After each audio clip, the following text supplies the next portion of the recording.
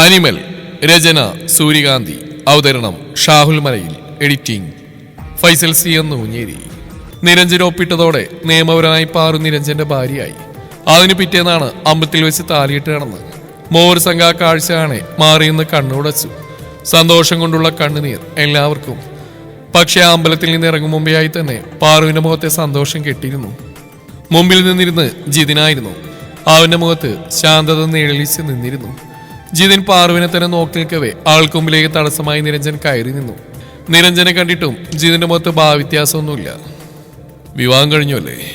താലി കെട്ടിയാൻ ദൂരെ മാറി നിന്ന് കണ്ടിരുന്നു. ജിതിൻ ശാന്തമായ സ്വരത്തോടെ പറഞ്ഞു. കാർത്തവും പക്രവും കുരിശേണ്ട ചെകുത്താനെ പോലെ നിന്ന് വിറക്കുന്നുണ്ട്. വലിയ തെറ്റാ ഞാൻ ചെയ്തത്. മാപ്പറിയിക്കാത്തത്ര വലിയ തെറ്റ്. ക്ഷമ ചോദിക്കാൻ പോലും എനിക്ക് അർഹതയില്ല. എങ്കിലും ഇനിയുള്ള ജീവിതത്തിൽ അല്പെങ്കിലും മനസ്സമാധാനം കിട്ടാൻ എനിക്കിതെങ്കിലും ചെയ്യണം പാറു. പറയുന്നതിനൊപ്പം തന്നെ ജിതിൻ പാറുവിന്റെ കാലുകൾ തൊട്ടിരുന്നു.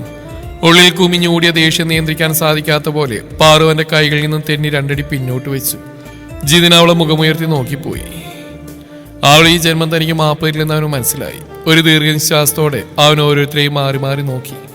എല്ലാവരുടെ കണ്ണിലും ഭയമാണ്. എന്നാലും ജിതിൻ നിറകണ്ണുകളോടെ എല്ലാവരെയും നോക്കി തൊഴുതു മാപ്പപേക്ഷിച്ചു. ജിതിൻ. പുറകിൽ നിന്നൊരു സ്ത്രീ ശബ്ദം കേൾക്കെ എല്ലാവരും ഒരുപോലെ തിരിഞ്ഞു നോക്കി. മറ്റുള്ളവർക്ക് ആർക്കും അവരെ മനസ്സിലായില്ല. എങ്കിലും ഹരിക്കു നിരഞ്ജന ആ സ്ത്രീയെ മനസ്സിലായി. അന്ന് ഹോസ്പിറ്റലിൽ വെച്ച് കണ്ട ലേഡി ഡോക്ടറാണ്. നല്ല ചുറുചുറുക്കും പ്രസരിപ്പുമുള്ളൊരു സ്ത്രീയാണ് അവർ. അവർ നേരത്തെ ഒരു ചിരിയോടെ മുമ്പോട്ട് വന്നു. ഡോക്ടർ വർഷ. ആ ഒരു ചിരിയോടെ നിരഞ്ജന് കൈ നീട്ടി. നിരഞ്ജൻ യാന്ത്രികമായി തന്നെ അവർക്കും കൈ കൊടുത്തു. എന്നെ ഓർമ്മയുണ്ടോ സാറിന്? ചിരി ഒട്ടുമായാതെ അവർ ചോദിച്ചു. അറിയാം, പെട്ടെന്ന് മറക്കാൻ കഴിയുന്ന തരത്തിലായിരുന്നില്ലല്ലോ ആദ്യ കൂടിക്കാഴ്ച. നിരഞ്ജൻ ചിരിക്കാൻ ശ്രമിച്ചു. പക്ഷേ വെറുതെ അങ്ങ് ചിരിക്കാൻ അവന് സാധിച്ചില്ല. അവന്റെ ഉള്ളിൽ സംശയങ്ങളായിരുന്നു ആകപ്പാടെ. സാറ് ചിന്തിച്ച് തലച്ചൂടാക്കണ്ട. ഞാനും ഇതിനൊപ്പം വന്ന 6 മാസം ഇതെന്റെ ചികിത്സയിലായിരുന്നു. ഓ, എന്നിട്ട് മാറിയോ ഇവന്റെ സൂക്കേട്? ആവോളം പരിഹാസം നിറച്ച് അവർ നോക്കി ചോദിച്ചു. അവർ പതിയൊന്ന് ചിരിച്ചു. എല്ലാതും ഭ്രാന്തല്ല സുഹൃത്തെ. ഒബ്സസീവ് ലവ് ഡിസോർഡർ എന്നൊരു അവസ്ഥയിലൂടെയാണ് ജിതിൻ കടന്നുപോയിക്കൊണ്ടിരിക്കുന്നത്. അമിതമായി ഒരാളെ സ്നേഹിക്കുക, സ്നേഹിക്കുന്ന വ്യക്തിയുടെ എല്ലാ കാര്യങ്ങളും നിയന്ത്രിക്കാൻ ശ്രമിക്കുക, അവർ ആരോട് സംസാരിക്കുന്നു, എവിടെ പോകുന്നു എന്നതിലൊക്കെ അമിതമായ ഇടപെടൽ നടത്തുക, പങ്കാളി മറ്റൊരാളോട് സംസാരിക്കുന്ന പോലും സഹിക്കാനാവാത്ത അവസ്ഥയും സദാസമയം അവരെ സംശയിക്കുകയും ചെയ്യുക, അമിതമായി സ്നേഹിക്കുന്ന വ്യക്തിയുടെ സ്വകാര്യതയെ മാനിക്കാതിരിക്കുക, അവർ നോ എന്ന് പറഞ്ഞാലും അത് ഉൾക്കൊള്ളാൻ കഴിയാതെ വരിക, ഇതൊക്കെ ഈ അവസ്ഥയുടെ ഭാഗമാണ്. സ്നേഹിക്കുന്ന വ്യക്തി തന്നെ ഉപേക്ഷിച്ചു പോകുമോ എന്ന അമിതമായ പേടി എപ്പോഴും ഇത്തരം അവസ്ഥയിലൂടെ കടന്നു പോകുന്നവരുടെ മനസ്സിലുണ്ടാവും. ഇതേ കാര്യങ്ങളാണ് ജിതിനും സംഭവിച്ചത്. ഓ, ഇത് തന്നെയാ ഞങ്ങളുടെ നാട്ടിൽ ഭ്രാന്ത് എന്ന് പറയുന്നത്. ഹരിയുള്ളിൽ പിറുവിറുത്തു. കൃത്യസമയത്ത് ചികിത്സ കിട്ടിയിരുന്നെങ്കിൽ ഒരിക്കലും കാര്യങ്ങൾ ഇത്രമേൽ കൈവിട്ട് പോയില്ലായിരുന്നു, വർഷ പറഞ്ഞു. പാറു ജിതിനെ ഒന്ന് പുച്ഛത്തോടെ നോക്കി. ഒരു ഡോക്ടറെ കാണാൻ 100 വട്ടം വിളിച്ചാണ് പാറു അവനെ. അന്നൊക്കെ താൻ നോർമലാണെന്നായിരുന്നു അവൻ സമർത്ഥിച്ചുകൊണ്ടിരുന്നത്. ജിതിന്റെ മുഖം കുനിഞ്ഞുപോയി. വർഷ പതിയെ പാറുവിന്റെ അരികിലേക്ക് കയറി നിന്നു.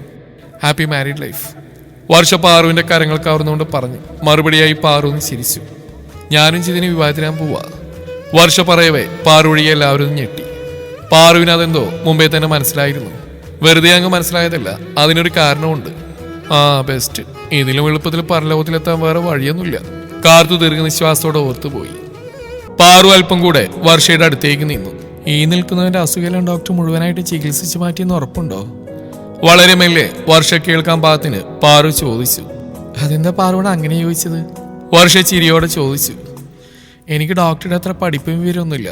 എന്നാലും ആ നിൽക്കുന്ന മനുഷ്യന്റെ അസുഖം മാറിയിട്ടില്ലെന്ന് എനിക്ക് 100% ഉറപ്പുണ്ട്. പക്ഷേ അതിന് ചെറിയൊരു വ്യത്യാസം സംഭവിച്ചിട്ടുണ്ട്. അയാൾക്കിപ്പോൾ ഭ്രമം എന്നോടല്ല, അത് ഡോക്ടറോടാ. പറയുമ്പോൾ എന്തോ യക്ഷിക്കഥ പറയും മട്ടിൽ പാറുവിന്റെ മുഖം ഇരുണ്ടു വന്നു.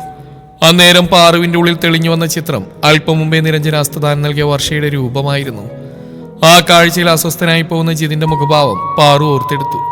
ഏട്ടായിയുടെ പൊസസീവ്നെസ് ആയി കണ്ട് താൻ ഒരിക്കൽ തള്ളിക്കളഞ്ഞ കാര്യങ്ങളായിരുന്നു അതൊക്കെ. പിന്നീടാണ് ആ പൊസസീവ്നെസിന്റെ ആഴം പാറു അറിഞ്ഞു തുടങ്ങിയത്. എന്തോ പാറുവിന്റെ ആ മുഖഭാവവും വാക്കുകളിലെ ഉറപ്പും ജിതിന്റെ അസുഖം പൂർണ്ണമായി മാറ്റിയെന്ന വർഷയുടെ ആത്മവിശ്വാസത്തെ ചെറുതായി ഒന്ന് പരിക്കേൽപ്പിച്ചു. എന്നാലും തൊട്ടടുത്ത നിമിഷം തന്നെ വർഷ തന്റെ ആത്മവിശ്വാസം വീണ്ടെടുത്തിരുന്നു. എന്തോരം കൗൺസിലിങ്ങുകളാണ് കഴിഞ്ഞത്, എത്രമാത്രം ട്രീറ്റ്മെന്റുകൾ കഴിഞ്ഞതാണ്. അതിനെല്ലാം ഉപരി ഇനി ഒരിക്കലും ജിതിന് സ്വന്തം വ്യക്തിത്വം അംഗീകരിച്ചതും അതിൽ കുറ്റബോധപ്പെട്ടതുമാണ്.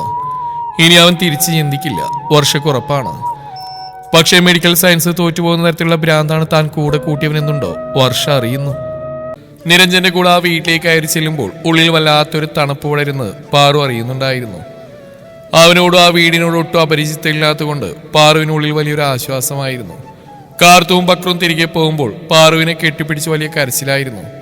രണ്ടിടവഴി അപ്പുറമുള്ള വീട്ടിലേക്ക് വന്നതിനാണ് ഈ പ്രഹസനം എന്നോർക്കെ നിരഞ്ജന് ചിരി വന്നു. ഇനി കട തുറക്കാൻ മാത്രം അങ്ങോട്ട് പോയാൽ മതിയെന്നും 2 ദിവസത്തിനുള്ളിൽ രണ്ടും കെട്ടും കിടക്കെടുത്ത് തിരികെ വന്നേക്കണമെന്ന് പറഞ്ഞാണ് നിരഞ്ജൻ അവരെ വിട്ടത്. അതോടെ പിന്നെ എല്ലാവരെയും കണ്ണുനീരൊക്കെ അങ്ങ് നിലച്ചു. പാറുവിനെ മാത്രമല്ല, പാറുവിനെ സ്നേഹിക്കുന്നവരുടെ കൂടെ ചേർത്ത് പിടിക്കാനുള്ള മനസ്സ് നിരഞ്ജനുണ്ടായിരുന്നു. ഒരുപാട് കാലം ഒറ്റപ്പെട്ടവനായി ഒരു തുരുത്തിൽ ജീവിച്ചവനല്ലേ. പെട്ടെന്ന് എല്ലാവരോടും അങ്ങ് ഇടിച്ചു കയറി സംസാരിക്കാനും മിണ്ടാനും എല്ലാം അല്പം കുറച്ചിലുണ്ടെങ്കിലും ഇന്നത്തെ നിരഞ്ജൻ മുമ്പത്തെ നിരഞ്ജനേക്കാൾ ഒരുപാട് മാറിയിട്ടുണ്ട്. പിന്നെ വായിൽ കോരിട്ട് കുത്തി മിണ്ടിക്കുന്ന കുറച്ച് എണ്ണാണല്ലോ ചുറ്റുമുള്ളത്. ആളും ആരവും ഒഴിഞ്ഞപ്പോൾ മുതൽ ഇതുവരെ ഇല്ലാത്തൊരു പരവേശം പാറുവിന് രാത്രിയായപ്പോൾ അതങ്ങ് കൂടി. സ്ത്രീ സഹജമായ നാണമുള്ളിലുണ്ടെങ്കിലും അതിനു മീതെ അവളുടെ മനസ്സിനെ ഭരിക്കുന്ന വികാരങ്ങൾ മറ്റു പലതുമായിരുന്നു. കനൽ വഴികളിലൂടെ നടന്നു വന്നവളാണ്. ആ വഴികളിൽ ചവിട്ടി വന്ന കനൽപ്പൊട്ടുകൾ അവളെ ഇപ്പോഴും വേദനിപ്പിക്കുന്നുണ്ട്. മനസ്സിലേക്ക് മറ്റൊരു മണിയറ ഓടി വരുന്നുണ്ട്. അന്നത്തെ കാളരാത്രിയുടെ ഇരുട്ടിൽ നിന്ന് ഇപ്പോഴും അവൾ കരകയറിയിട്ടില്ല. പ്രത്യക്ഷത്തിൽ വേരുകൾ ഉറപ്പിച്ച് ഉലയാതെ നിൽക്കുന്നുണ്ട് പാറു. പക്ഷേ ഉള്ളിനുള്ളിൽ പെയ്യുന്ന പേമാരിയിൽ ആ വൃക്ഷം ആടി ഉലയുന്നുണ്ട്. നിരഞ്ജനും അതറിയാം. എന്താണ് എന്റെ ധീരവനിതക്ക് ആകെ മൊത്തൊരു വിറയിലും വിയർക്കിലും ഒക്കെ? കളിയാക്കലോടെ നിരഞ്ജനായി ചോദിക്കുകയും ചെയ്തു. ഒന്നുമില്ല. പരിഭ്രമത്തോടെ പാറു മുഖം വെട്ടിച്ച് കളഞ്ഞു. അത് വെറുതെ. ദേ, ഈ കണ്ണിലെ വോൾട്ടേജ് കുറഞ്ഞിട്ട് നേരം കുറയായി. അതിന്റെ കാരണവും താൻ പറയണമെന്നില്ല. നിരഞ്ജൻ പതിയെ ചിരിച്ചു. ഒപ്പം അവരുടെ നെറുകയിലും തലോടി. സാറില്ല, പോട്ടിടും. എല്ലാവരും ദുസ്വപ്നമായി കണ്ടാൽ മതി. ഞാനാ നാറിയെ കൊന്നളഞ്ഞോട്ടെന്ന് ചോദിച്ചല്ലേ നിന്നോട്? നീയല്ല എന്നെ തടഞ്ഞത്. നിരഞ്ജൻ അവളെ തന്നെ നെഞ്ചിലേക്ക് ചേർത്ത് പിടിച്ചു. വേണ്ട, ഒന്നിനും പോണ്ട, അവന് ദൈവം കൊടുക്കും. പാറു പതിയെ പറഞ്ഞു. ദൈവമോ? അങ്ങനെ ഒരാളുണ്ടോടോ? നീ കിടന്ന് നിരകിക്കുമ്പോഴെല്ലാം ഈ പറയുന്ന ദൈവം എന്താ ചെയ്തിരുന്നു? നിരഞ്ജൻ പുച്ഛത്തോടെ ചോദിച്ചു. ദൈവമുണ്ട്. എന്റെ കണ്ണുനീരം ദൈവത്തിന്റെ കോടതിയിൽ തള്ളിക്കളയില്ല. നരകിക്കും അവൻ. പാറുവിന്റെ കണ്ണുകൾ നിറഞ്ഞു തുളുമ്പി. ആഹാ, ദൈവവിശ്വാസമെല്ലാം തിരികെ വന്നോ? നിരഞ്ജൻ പതിയെ ചോദിച്ചു. ഞാൻ ദൈവത്തോട് പിണക്കായിരുന്നു. ആഹാ, എന്നിട്ടിപ്പോ നിങ്ങൾ കൂട്ടായോ? കൂട്ടായി. എന്നെ കണ്ടില്ലെന്ന് അടിക്കുന്നില്ലല്ലോ ഇപ്പോ, പാറു പതിയെ പറഞ്ഞു. നിരഞ്ജൻ വിരൽ തുമ്പിനാൽ ആ കണ്ണുനീര് ഒപ്പിയെടുത്തു. ഞാനില്ലേ കൂടെ എന്നവൻ അവളെ ആശ്വസിപ്പിച്ചു. അവളുടെ നെറുകയിൽ ഉമ്മ വെച്ചു. കഴിഞ്ഞൊന്നും ഓർക്കണ്ട, അവളൊന്ന് ഓർപ്പിക്കുകയും വേണ്ട നിരഞ്ജൻ തീരുമാനിച്ച് കഴിഞ്ഞിരുന്നു. പാറുവിന് തന്നോടൊപ്പം ശാരീരികപരമായ ഒരു ജീവിതം തുടങ്ങാൻ താൻ ഇനിയും സമയം അനുവദിക്കണമെന്ന് നിരഞ്ജൻ ആരും പറഞ്ഞു മനസ്സിലാക്കി കൊടുക്കേണ്ട കാര്യമൊന്നും ഉണ്ടായിരുന്നില്ല. ജീവിതം കുറെ കണ്ടവനാണ്. അതിൻ്റെതായ പക്വത നിരഞ്ജൻ കുടുംബജീവിതത്തിലും കാണിച്ചു.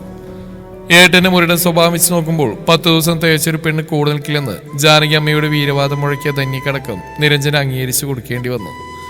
അത്രമാത്രം സ്നേഹത്തോടെയാണ് അവൻ പാർവണയെ സ്നേഹിച്ചിരുന്നത്. കണ്ടു നിൽക്കുന്നവരെ അതിശയിപ്പിക്കും വിധം, അസൂയപ്പെടുത്തും വിധം. ജിതിന്റെ താലി കഴുത്തിലേക്ക് വീഴുമ്പോൾ വർഷ കണ്ണുകൾ ഇറുക്കി അടച്ചുകൊണ്ട് തൊഴുകയോടെ പ്രാർത്ഥിച്ചു. ജിതിന്റെ ലോകവും അന്നേരം ഒന്നാകെ വർഷയിലേക്ക് ഒതുങ്ങിയിരുന്നു. അവനിപ്പോൾ അവന്റെ വർഷയാണെല്ലാം. പാറുവിനെ സ്നേഹിച്ചതിന്റെ എത്രയോ മടങ്ങ് അവൻ തന്റെ വർഷയെ ഇപ്പോൾ സ്നേഹിക്കുന്നു. പാർവണ എന്നൊരു അധ്യായമേ അവൻ അടച്ചു കളഞ്ഞു. വൈകിട്ട് ചെറിയ രീതിയിൽ റിസപ്ഷൻ ഉണ്ടായിരുന്നു. വർഷക്ക് അച്ഛനും അമ്മയും ഇല്ല. പാറുവിന്റെ പോലെ തന്നെ ഒരു അനാഥ പെൺകുട്ടി. ആ കാരണം കൂടെയുണ്ട് ജിതിൻ അവളെ സ്നേഹിക്കാൻ. പുറമേ നിന്ന് നോക്കുന്നവർക്ക് ജിതിനൊരു അനാഥ പെൺകുട്ടിക്ക് ജീവിതം കൊടുത്തു എന്നായിരിക്കും. പക്ഷേ യഥാർത്ഥത്തിൽ അത് അങ്ങനെയല്ല. ജിതിൻ അതൊരു സൗകര്യമാണ്. ചോദിക്കാനും പറയാനും ആരുമില്ലാത്തവരെ കൂടെ കൂട്ടിനാണ് അവന് സൗകര്യം. വൈകുന്നേരം ഒരു ചെറിയ പാർട്ടി ഉണ്ടായിരുന്നു. ജിതിന്റെ അമ്മ ഓടിച്ചാടി നടന്ന് പുതിയ ഡോക്ടർ മരുമകളെ പാടി പുകഴ്ത്തുന്നുണ്ട്. വർഷയുടെ കുറച്ച് സുഹൃത്തുക്കൾ എത്തിയിരുന്നു പരിപാടിയിൽ പങ്കെടുക്കാൻ. 4 പെൺകുട്ടികളും 2 ആണുങ്ങളുമായിരുന്നു അവർ. അതിലൊരുത്തിനൊഴിയ ബാക്കി എല്ലാവർക്കും ജിതിനെ ഇഷ്ടമായി. അമൽ അവൻ വന്നപ്പോൾ മുതൽ ജിതിനെ ഓരോന്ന് പറഞ്ഞ് ചൊറിയുന്നതാണ്. ലോട്ടറിയല്ലേ അടിച്ചതളിയാ, നിങ്ങളെപ്പോലെ 2ാം കിട്ടിയാൽ വർഷയെ പോലെ ഡോക്ടറെ കിട്ടുക എന്നൊക്കെ പറഞ്ഞാൽ പുണ്യം ചെയ്യണം എന്നും താനൊക്കെ കുറെ പിന്നാലെ നടന്നിട്ട് അവൾ വളഞ്ഞില്ല എന്നും തുടങ്ങി അമലിന്റെ കമന്റുകൾക്ക് ഒരു ക്ഷാമവും ഉണ്ടായിരുന്നില്ല. കൈയങ്ങ് തരിച്ചു വന്നെങ്കിലും അമലിന്റെ മുഖം തേക്കാത്ത ചുമരിലിട്ടങ്ങ് ഉരക്കാൻ തോന്നിയെങ്കിലും ജിതിൻ അതങ്ങ് ക്ഷമിച്ചു. പക്ഷെ ഇന്ന് വരെ അമലിനെ പറ്റി വർഷ തന്നോട് പറഞ്ഞില്ലല്ലോ എന്നൊരു ദേഷ്യം അവൻ്റെ ഉള്ളിൽ ചെറുതായി തലപൊക്കി തുടങ്ങി. ഇവനെ പോലെ ഇനി എത്രമാരുണ്ടാവുമെന്തോ അവൾക്ക് ബെസ്റ്റിയായിട്ട് എന്ന് ജിതിൻ ഓർക്കുകയും ചെയ്തു. കല്യാണ വീട്ടിലെ തിരക്കുകൾക്കിടയിൽ സ്നേഹക്കൊപ്പം നിൽക്കുന്ന വർഷയിലേക്ക് ജിതിന്റെ കണ്ണുകൾ ഇടയ്ക്കിടയ്ക്ക് പാഞ്ഞു. രാത്രി ഒറ്റക്കൊന്ന് കിട്ടട്ടെ, അമലിനെ കുറിച്ച് എല്ലാം അങ്ങ് ചോദിച്ചറിയണം അവൻ ഉറപ്പിച്ചു. അന്നേരം തന്നെ വർഷ ജിതിനെ നോക്കി. ആളുടെ മുഖത്ത് വല്ലാത്തൊരു പരിഭവം. അത് കാണാൻ ജിതിൻ അവിടെ അടുത്തേക്ക് ചെന്നു. അപ്പോഴേക്കും ചുണ്ടൊന്ന് കൂട്ടി മുഖത്തൊരു ലോഡ് പുച്ഛവും വാരി വിതറി സ്നേഹങ്ങ് പോയി കഴിഞ്ഞിരുന്നു. എന്താണോ? ജിതിനെ നെറ്റി വിളിഞ്ഞു. സ്നേഹയ്ക്ക് ജിതിനെ ഇഷ്ടമായിരുന്നോ? മുഖം വീർപ്പിച്ച് കെട്ടിക്കൊണ്ടാണ് വർഷ ചോദിക്കുന്നത്. അല്ലെങ്കിലും ജിതിന്റെ അടുത്ത് വർഷം ഇങ്ങനെയാണ്. കുഞ്ഞുകുട്ടികളെ പോലെ കൊഞ്ചി കൊഞ്ചിയാണ് സംസാരിക്കുക. എന്നാരും പറഞ്ഞു? ജിതിൻ ചിരിയോടെ ചോദിച്ചു. ദേ അവള് പറഞ്ഞു, ഞാനവളുടെ സ്ഥാനം തട്ടിയെടുത്താണെന്ന് പോലും. വർഷയുടെ മുഖമിരുണ്ടു. ആ, നീ വന്നില്ലായിരുന്നെങ്കിൽ ഞാൻ അവളെ കെട്ടിയാനേ. ജിതിൻ അവളോട് കളിയായി പറയവേ അവളുടെ മുഖം പിന്നെയും ഇരുണ്ടു. അത് കാണാൻ ജിതിന് അല്പം സന്തോഷം തോന്നി. അവന് ഇഷ്ടമാണ് വർഷ തന്നോട് ഇങ്ങനെ പോസസീവ്നെസ് കാണിക്കുന്നത്. പാറുവിന് താൻ ആരോടും മിണ്ടിയാലും കൂട്ടുകൂടിയാലും അതൊരു വിഷയമേ അല്ലായിരുന്നു. അല്ലെങ്കിലും സ്നേഹമുള്ളിടത്തിലെ സ്വാർത്ഥത ഉണ്ടാവും. ജിതിൻ ചിന്തിച്ചു പോയി. പിന്നെയും അമൽ ഇടമലം തിരിയാതെ ജിതിനെ ചൊറിയുന്നുണ്ടായിരുന്നു. വർഷയുടെ പിന്നാലെ നടന്ന കുറെ ചെരുപ്പ് തേഞ്ഞ അമർഷമാണ് അമല കാണിച്ചിരുന്നത്. അളിയ, ഫസ്റ്റ് നൈറ്റ് ആയിട്ട് ഡൗട്ട് വല്ലതുണ്ടെങ്കിൽ പറയണേ. വർഷക്ക് പിന്നെ അതിലൊക്കെ നല്ല വിവര. എന്ന് അമലിന്റെ അടുത്ത കൗണ്ടർ വന്നു ആളൊഴിഞ്ഞ മൂലയിലേക്ക് അങ്ങ് ചേർത്ത് നിർത്തി പൊന്നീച്ച പറക്കും വീത 4 അങ്ങ് കൊടുത്ത് ജിതിൻ. കിട്ടിയല്ലോ? ജിതിൻ അമലിന്റെ ഷർട്ടിലെ ചുളികൾ നിവർത്തി കൊടുത്തുകൊണ്ട് ചോദിച്ചു. ഉവ്. ആ, എന്നാ മോൻ ചെല്ല്. ജിതിൻ തന്നെ തോളിൽ കൈയിട്ട് ചേർത്ത് പിടിച്ച് അവൻ അവന്റെ കാറിലേക്ക് എടുത്തിട്ടു. വന്നെങ്കിലും വേഗത്തിൽ അമൽ ബാംഗ്ലൂർ പിടിച്ചു എന്നാണ് കേട്ടറിഞ്ഞത്. അമലിനെ അങ്ങ് പറഞ്ഞയച്ചെങ്കിലും ജിതിന്റെ ഉള്ളിൽ അപ്പാടെ അമൽ വർഷയെ മോശമാക്കാൻ ഉപയോഗിച്ച വാക്കുകളായിരുന്നു. എന്തോ ആ വാക്കുകളെല്ലാം കൂട്ടം കൂടി തേനീച്ച മൂളും പോലെ ചെവിയിലിരുന്ന് മൂളുന്നു. കല്യാണത്തിന് കൂടിയവരെല്ലാം പിരിഞ്ഞുപോയി. അതിനിടയ്ക്ക് സ്നേഹം ജിതിന്റെ വീട്ടിലാണ് നിൽക്കുന്നതെന്ന് പറഞ്ഞ് വാശി പിടിച്ച് അവിടെ തന്നെ നിന്നു. അതും കൂടെ കേട്ടപ്പോൾ വർഷയുടെ മുഖത്തെ വോൾട്ടേജ് മുഴുവനും കെട്ടുപോയി. വർഷയും അമ്മയും സ്നേഹം കൂടെ അകത്തേക്ക് കയറി. ജിതിൻ പന്തൽ പണിക്കാർക്കും മറ്റും കൊടുക്കാനുള്ളതെല്ലാം കൊടുത്ത് തീർത്ത് അകത്തേക്ക് കയറുമ്പോൾ അത്യാവശ്യം സമയം കഴിഞ്ഞിരുന്നു. വർഷ കാത്തിരുന്ന് മുഷിഞ്ഞോ എന്നോ അവൾ തന്നെ പറ്റി എന്ത് വിചാരിക്കുമെന്നോ ഒന്നുമല്ല ജിതിന്റെ ഉള്ളിൽ അന്നേരം ഉണ്ടായിരുന്നത്. അവളും അവളും തമ്മിലുള്ള ബന്ധം എന്താണെന്ന് ചോദിച്ചറിയണമെന്ന് മാത്രമായിരുന്നു. ഉള്ളിലേക്ക് കടന്നപ്പോൾ അകത്തെ വെട്ടമെല്ലാം കെടുത്തി ചുവന്ന ഒരു സീറോ ബൾബ് മാത്രം കത്തുന്നുണ്ട്. അമ്മാ! അവനുറക്കെ അമ്മയെ വിളിച്ചു. എവിടെ നിന്നോ ഒരു മൂളൽ കേട്ട പോലെ അമ്മ ഉറക്കത്തിൽ മൂളുന്നാവുമെന്ന് കരുതി ജിതിൻ. അമ്മ ഇത്ര എളുപ്പം ഉറങ്ങിയോ എന്നൊരു ചിന്തയോടെ ആ മുറിക്കകത്തേക്ക് കടന്നു. മുന്നിൽ വർഷ. സാധാരണ ആദിരാത്രി സങ്കല്പങ്ങളെ പൊളിച്ചെഴുതിക്കൊണ്ടൊരു വേഷത്തിലാണ് അവളെ നിൽപ്പ്. ഉടുത്തിരുന്ന സെറ്റ് സാരി മടക്കി കുത്തി ഉടുത്ത് ഉച്ചയിലേക്ക് മുടി വാരി കെട്ടി ഒരുമാതിരി ഭ്രാന്തെടുത്ത പോലൊരു നിൽപ്പ്. വർഷ! സംശയപാത്രത്തിൽ ജിതിൻ അവളെ നിന്ന് വിളിച്ചു. വർഷം മുരണ്ടുകൊണ്ട് ജിതിനൊരു നോട്ടം. ജിതിന് ഉമിനീർ വിഴുങ്ങിപ്പോയി. അത് വർഷയുടെ നോട്ടം കണ്ടിട്ടല്ലായിരുന്നു, മറിച്ച് നേരെ മുന്നിലെ വലിയ കണ്ണാടിയിലൂടെ ജിതിൻ മറ്റൊരു കാഴ്ച കണ്ടു. ആ തടിവാതിലിന്റെ ഇരുവശങ്ങളിലുമായി കസേരയിൽ കെട്ടിവെച്ച് വായിൽ തുണിയും തിരികിരിക്കും തന്റെ അമ്മയും സ്നേഹയും. വർഷ! ജിതിൻ വിളിച്ചതേ ഓർമ്മയുള്ളൂ. അടുത്തിടന്ന തടി കസേര എടുത്തു പോക്കി വർഷ ഒരൊറ്റ അടി. ജിതിനാടിയിൽ താഴെ വീണുപോയി. തനിക്ക് ഈ സ്നേഹം പാർവല്ലാതെ ഇനി എത്ര പേരുണ്ടോ? താൻ എന്നെ മാത്രം സ്നേഹിച്ചാ മതി, എന്നെ മാത്രം. ബോധം പോകുന്നതിന് മുമ്പേ ജിതിൻ വർഷയുടെ മുരൾച്ച കേട്ടു. വർഷ തന്നെ എന്തിനാ ജീവിതത്തിലേക്ക് കൂടെ കൂട്ടിയെന്ന ചോദ്യത്തിന് ജിതിന് അന്നേരം തന്നെ ഉത്തരം കിട്ടി. ഒപ്പം മാടമ്പള്ളിയിലെ മനോരോഗി യഥാർത്ഥത്തിൽ താനല്ലെന്നും ഏകദേശം അവന് ബോധ്യപ്പെട്ടു. ബോധം വന്നപ്പോൾ ജിതിൻ കട്ടിലിൽ ഇരിപ്പാണ്. കുറച്ച് നിമിഷങ്ങൾക്ക് മുമ്പ് എന്താണ് ഉണ്ടായതെന്ന് ഊഹിച്ചെടുക്കാൻ അവന് പിന്നെയും കുറച്ചധികം നേരം വേണ്ടി വന്നു. അതങ്ങ് ഓർമ്മ വന്നതോടെ അവൻ ചുറ്റും നോക്കി. അമ്മയും സ്നേഹം ഇപ്പോഴും കണ്ണുമിഴിച്ചിരിപ്പുണ്ട്. വർഷാമുറിയിലൂടെ അങ്ങോട്ടും ഇങ്ങോട്ടും നടക്കുന്നുണ്ട്. ജിതിൻ തന്റെ കൂട്ടിക്കെട്ടിയ കയ്യിലേക്ക് നോക്കി. എന്നിട്ട് ഉമിനീര് വിഴുങ്ങിക്കൊണ്ട് വർഷയെയും. ആ, എഴുന്നേറ്റ് ജിത്തുട്ടാ ചോദിച്ചുകൊണ്ട് വർഷ അവന്റെ അരികിലേക്ക് ഇരുന്നു. ജിതിൻ ഭയത്തോടെ നിരങ്ങിയിരുന്നു പോയി. എന്താ മിണ്ടാത്തെ? എന്നോട് സ്നേഹമല്ലേ?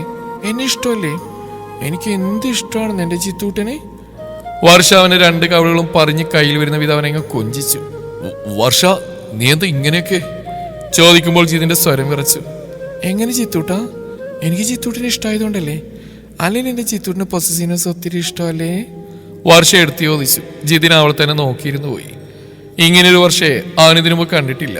വർഷ, നീ അമ്മയെ അഴിച്ചുവിട്, ജിതിൻ പതിയെ അല്പം ഭയത്തോടെ പറഞ്ഞു. അയ്യോ, ഞാനാ മറന്നു ജിത്തൂട്ടാ. അല്ലേലും എനിക്ക് അമ്മയുടെ വിരോധമൊന്നുമില്ല. ചിരിയോടെ പറഞ്ഞുകൊണ്ട് വർഷ ഓടിപ്പോയി അവിടെ കെട്ടഴിച്ചു കൊടുത്തു. അവരാ കസേരയിൽ നിന്ന് ചാടിത്തുള്ളി അങ്ങ് എഴുന്നേറ്റതും ഉള്ളി ദേഷ്യം വെക്കല്ലേ അമ്മേ എന്നും പറഞ്ഞ വർഷ ആ സ്ത്രീയുടെ കാലിലേക്ക് അങ്ങ് വീണു. ജിതിന്റെ അമ്മ പേടിച്ചുകൊണ്ട് ഒരു മൂലയിലേക്ക് അങ്ങ് നീങ്ങി നിന്നു. സ്നേഹദയനീയമായി ജിതിനെ നോക്കി. നിനക്ക് ഇതിന്റെ വല്ല ആവശ്യം ഉണ്ടായിരുന്നോ എന്ന പോലെ ജിതിന് സ്നേഹയും നോക്കി. ഓ വർഷ, ഇനി സ്നേഹയുടെ കെട്ടുകൂടെ? ജിതിന് അതങ്ങ് പറഞ്ഞു മുഴുമിക്കാൻ പോലും ഒരു അവസരം കിട്ടിയില്ല. അമ്മയുടെ കാലിൽ കമിഴി നടിച്ചു കിടന്ന വർഷ ചാടിത്തുള്ളി അങ്ങ് എഴുന്നേറ്റു. ഒപ്പം പാഞ്ഞു വന്ന് ജിതിന്റെ കരണം നോക്കി തന്നെ ഒന്ന് പൊട്ടിച്ചു. അവളങ്ങനെ ഇരിക്കുന്ന കണ്ടിട്ട് നിനക്ക് സഹിക്കുന്നില്ലല്ലോ എന്നൊരു അലർച്ചയും ഒപ്പം ചെവിയിലൊരു മൂളലും. മുന്നിൽ നിൽക്കുന്ന കൂടി എന്തോ ഇനമാണെന്ന് ജിതിൻ അങ്ങ് ഉറപ്പിച്ചു. ജിതിൻ കണ്ണിറുക്കി അടച്ചുകൊണ്ട് തലകുടഞ്ഞു. വർഷ തിരിഞ്ഞ സ്നേഹം നോക്കി. എന്റെ പൊന്നേച്ചി, ഞാനിവിടെ ഈ കസേരയിൽ തന്നെ ജീവിതകാലം മൊത്തം ഇരുന്നോളാം, എന്റെ അടുത്തേക്കൊന്നും വന്നേക്കില്ലേ എന്നൊരു ഭാവമായിരുന്നു സ്നേഹിൽ. വർഷ പൂച്ചത്തോടൊന്ന് അവളെ നോക്കിക്കൊണ്ട് ജിതിന്റെ നേരേക്ക് തിരിഞ്ഞു. അവന്റെ മുഖം ചുവന്ന് വിങ്ങിയിരിക്കുന്നു. ചുറ്റും പറക്കുന്ന പൊന്നീച്ചകളുടെ എണ്ണം പിടിച്ചുടങ്ങിയിരുന്നു അന്നേരം ജിതിൻ. അയ്യോ, ഞാൻ എന്റെ ജിത്തുവിനെ കൈനീട്ടി അടിച്ചു. അയ്യോ, ഞാൻ എന്ത് ദ്രോഹിയാ ദൈവമേ. ഞാൻ നല്ലൊരു ഭാര്യയല്ലേ, ഞാനൊരു പാപിയായി പോയോ ദൈവമേ. തൊട്ടടുത്ത നിമിഷം വർഷ ജിതിന്റെ കാലിലേക്ക് വീണ് പൊട്ടിക്കരഞ്ഞു തുടങ്ങി. തുടരും ഈ കഥയുടെ അവസാന ഭാഗം നാളെ ഇതേ സമയം.